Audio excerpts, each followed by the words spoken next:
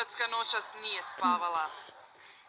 Skoro sam dobio hercinfarkt, ali ovo je bilo točno onako kako smo svi tražili.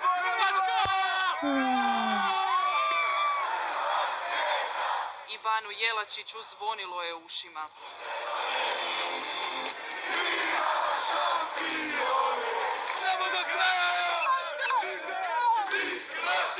Navijači umalo da nisu eksplodirali od sreće, središtem Zagreba ni policija nije mogla proći.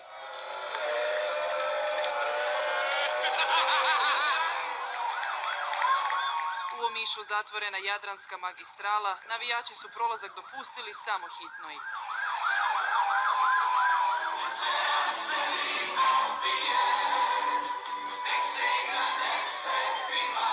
Danas mi je rođendan, ovo mi je najbolji poklon za rođendan. Hrvatska je prva svijeta! Hvala vam!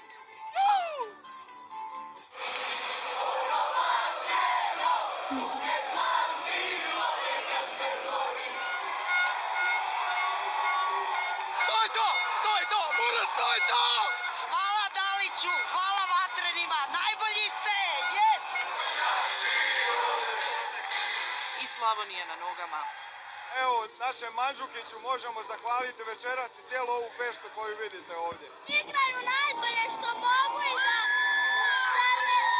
ne zastaju, da stalno treniraju.